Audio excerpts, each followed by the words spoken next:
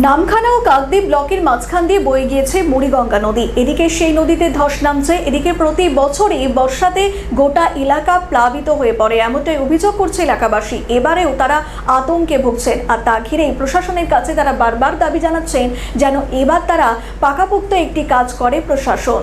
ভারত এবং বাংলাদেশের মধ্যে একমাত্র এই হাতানিয়া তোয়ানিয়া নদী হয়ে মুড়িগঙ্গা নদীর ওপর দিয়ে হুগলি নদী থেকে প্রতিদিন শতাধিক ছোট বড় জাহাজ কোলাঘাটে ছাই আনার জন্য মেদিনীপুর যায়। এমনকি ভারত এবং বাংলাদেশের যে বাণিজ্যিক চুক্তি রয়েছে সেই চুক্তি মেনে বিভিন্ন জিনিসপত্র আমদানি রপ্তানি হয় হলদিয়া খিদিরপুর বন্দরের। নদীপথে বাংলাদেশে যাওয়া এবং আসার একমাত্র জলপথ এই নান্দা ভাঙা দ্বীপের পার্শ্ববর্তী এই নদীপথ। বাংলাদেশ এবং ভারতের যাতায়াতের মধ্যে নন্দাভাঙা কূলবর্তী নদীতে বেশ কয়েকদিন জাহাজ বেঁধে অপেক্ষা করে।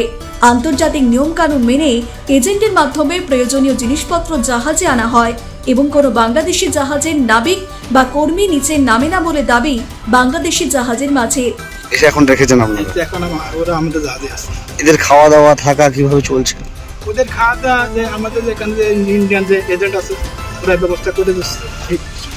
আচ্ছা, এরা কি নিচে নামতেই চাই বা ইন্ডিয়ানের জায়গায় ভারতীয় বর্ষের জায়গায়? না, আমাদের তো এখানে নামা নিষেধ।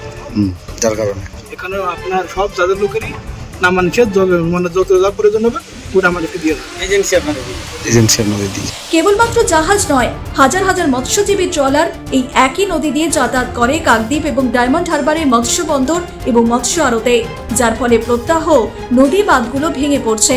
তাই নদীগুলি কংক্রিট ঢালাই অর্থাৎ আইলা বাঁধ করলে এই নদী বাঁধ ভাঙার হাত থেকে রক্ষা পাবে সবাই, দাবি এলাকাবাসী। প্রচুর ট্রলার এবং জাহাজ যাওয়া আসা করার ফলে এই নদী ভেঙে যাচ্ছে। এটাকে সারানোর জন্য লোক কত মানুষরা এসে মাটি কেটে বেড়া ফেড়া দিয়ে বাঁধে দিয়ে মাটি দিয়ে রক্ষা করে এবং ওটাকে আরও ভালো হয়। ওখানে খাঁচা বা কিছু সিমেন্ট বালি দিয়ে ওখানে বক্স মতন করে দিয়ে ঢালাই মেরে দেওয়া হয়, তাও একটু রক্ষা পেতে পারে মানুষরা। এই জাহাজ ট্রলারের জন্য কি বেশি ক্ষতি হচ্ছে? প্রচুর ক্ষতি হচ্ছে। আর ঢেউ হচ্ছে, এত জোরে জোরে নৌকা যায়, এই ঢেউগুলো তো সইতে পারছে না, মাটি তো হয়ে যাচ্ছে না জলে। ওই জন্যে ভাঙন ট্রলার এবং বাংলাদেশের জাহাজ প্রচুর পরিমাণে যাতায়াত করে।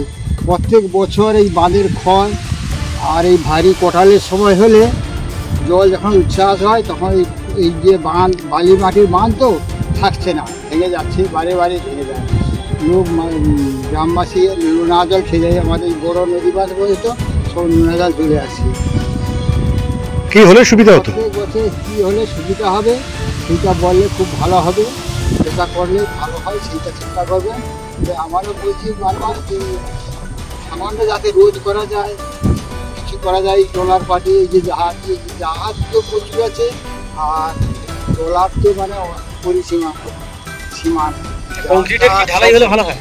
আর কংক্রিটের ওইটা যদি কংক্রিটের ঢালাই যদি থেকে কিছু স্লোপ করে যদি তোলা যায় তাহলে ভালো হবে আমার মনে হচ্ছে। এই বিষয়ে দক্ষিণ চব্বিশ পরগনা জেলা পরিষদের সহ সভাধিপতি শ্রীমন্ত কুমার মালি বলেন, সুন্দরবনের উন্নয়ন মন্ত্রী বঙ্কিম হাজরার উদ্যোগে সুন্দরবনের প্রায় সমস্ত নদী বাঁধ পার্মানেন্ট নেচারে আইলা বাঁধ করার চিন্তা ভাবনা হয়েছে। বিভিন্ন জায়গায় এর কাজও শুরু হয়েছে, যার মধ্যে নান্দা ভাঙা রয়েছে, কাজ হবে। আপনারা দেখবেন যে আমাদের পশ্চিমবঙ্গে বা ভারতবর্ষের বিভিন্ন সময় যে বাংলায় যে সাইক্লোন বা ডিজাস্টার হয়েছে তা প্রায় মে মাস ধরে রয়েছে। সে আইলা থেকে ইয়াস, বুলবুল, আমফান যা দেখবেন শুধু একটাই নভেম্বর মাসে রয়েছে। স্বাভাবিকভাবে আমাদের যেটা আপনি বলছেন ওটা হচ্ছে আমাদের একটা বৃহৎ কাজ, কয়েক কোটি টাকার কাজ। এটা আমাদের ইরিগেশন ডিপার্টমেন্টের মাধ্যমে করা হচ্ছে, কাটবে। আমাদের যে আশা মানে আমাদের যে ভয় ভীতি এটা হয়তো কাটবে এবং কাজটার মান ভালো হচ্ছে।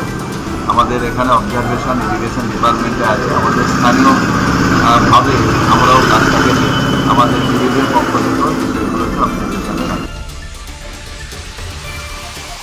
দক্ষিণ চব্বিশ পরগনা থেকে গোপাল শীলের রিপোর্ট, নিউজ বর্তমান।